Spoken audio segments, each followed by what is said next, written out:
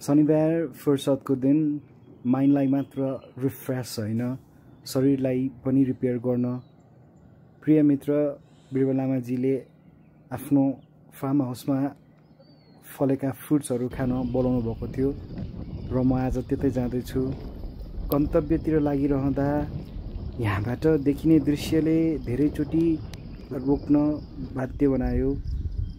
हेरौँ आज बिरबलजीको फार्ममा हामी के फ्रुट्सहरू पाउँछौँ त।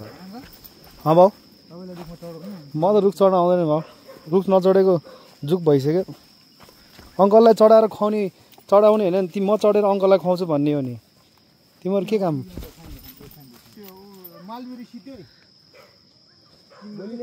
यो अनार होइन होइन लामाको यो फलफुल बारी हो कि?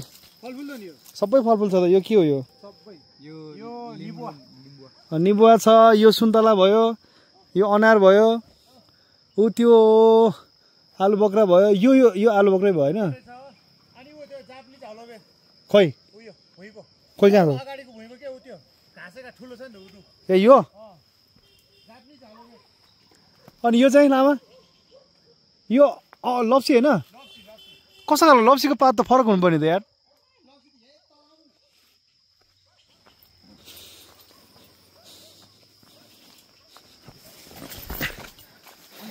त कहाँबाट ल्याएको त लामाले? तिमालबाटै? ल्याएको। तिमीहरूमा को छ? अर्डर गरेर ल्याउने हो। किबीको त अनि केटा र केटी दुइटै हुनुपर्छ। काँचो लप्सी यो होइन कि? अझ अलिक ठुलो हुँदाखेरि खानुपर्छ होइन? बबालै हुन्छ नि यार। यो नि दामी छ नि यार काँचो। लामा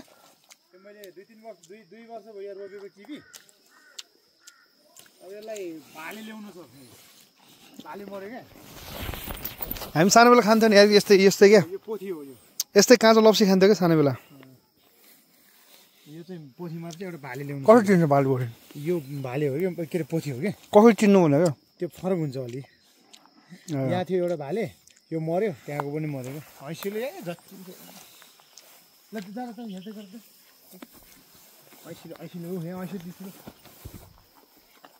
जग्गा त छ नि, अब काम गर्ने मान्छे कोही छैन। ए भाइ एक मुठी भयो नि हुन्छ क्या भाउ? तपाईँलाई ऊ पनि देखाउँछ त के? लौट सल्ला। लौट सल्ला भनेको अहिलेको यति फेमस हो कि किलोकै 2000 पर्छ या त्यसको घाँसै। आउने हो कि पखाउनु? 10 बोट गुवाबा रोपेछ। गुवाबा ठिक छ। हाम्रो लामा दाईको फार्म बवाल छ नि।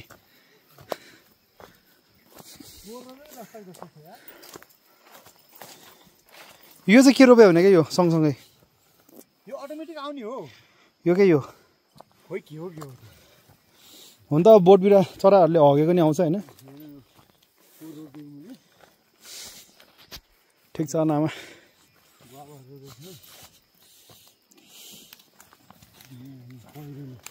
सबै कलानीवाला त्यो कारो हो। सबै पहिरोले खतम बनाइनु खतरै सम्झिन्छ होइन? हाम्रो ललितपुर राम्रो छ नि यार। अलिकति त्यही हो, डेभलप नगर मात्र हो।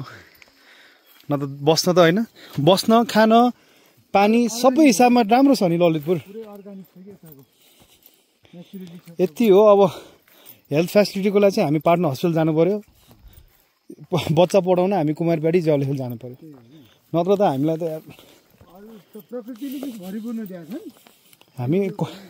हामीलाई सुदूरपश्चिम बाहिर कास्की जानै पर्दैन नि प्रकृतिको लागि त। हिउँ परिहाल्छ होइन? ओके धेरै चाहिँदैन आले, यति भए हुन्छ। त्यत्तिकै हो क्या। कालो छ एकदम धेरै। अब कालो छ कि धेरै अलि माथि जाउँ न। बोर्डमा चढ्नु सक्दैन कि माथिको बोर्डमा चढ्नु सक्दैन क्या। राम्रो हुन्छ यो जुन हामीलाई डायरिया भएको बेला त्यो काँठो खायो भने एकदम बेस्ट हो। यसलाई के भन्छ अरे? मलबेरी? मयल मयल हामी ढपासी भन्छ क्या यसलाई। यो लस सल्लाह भन्ने एउटा बोर्डको 5000 रुपियाँ तिरेर ल्याउने यो रुखै हो रुखै यो क्यान्सरको औषधि हो नि किलोको यो पात मात्रै 2000 रुपियाँ किलो बाबु पाकेको आलु बोक्रा मात्रै टिप है बाबु पछि खाउँला केही छैन ल ल तपाईँ जाँदै गर्नु म आउँछु ओके ओके नमस्कार सर ओके ठिक छ 2-4वटा टिप्ने हो धेरै खाएर के हुन्छ र तपाईँ छ नि नेक्स्ट विक खानालाई रेडी हुन्छ यहाँबाट सनसेट एकदम दामी देखिरहेको छ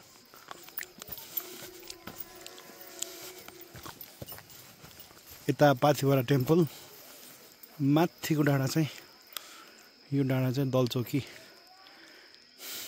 यहाँबाट जाँदा चाहिँ बाटो पिच छैन तर उता तिनपानीबाट चाहिँ त्यहाँ माथिसम्म बाटो पिच छ माथि नि 2-4वटा रिसोर्ट छन् यहाँ चाहिँ छैन probably this will be the place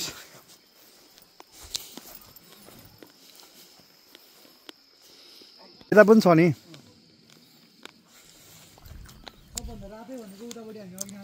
अँ ल ठिक छ अर्कोचोटि खाउँला नि अर्ग्यानिक खानुको राम्रो हो नि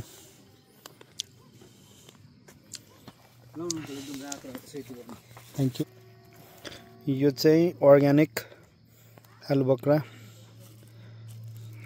कतिजनाले टिपेर ल्याइदिएको अब पछि अझै दामी हुन्छ अहिले चाहिँ छैन उतातिर आउँदा चाहिँ म्याक्सिमम् पाकिसकेको हुन्छ अथवा 2 विक्स बाद चाहिँ मजाले पाकेको हुन्छ अहिले यतिले चाहिँ अब मन बुझाउनु पर्यो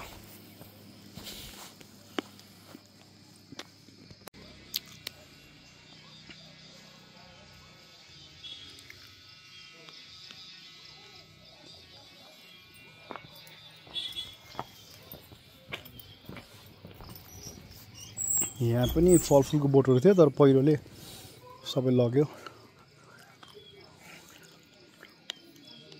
so this is the place that's not that much far from Sadda Bato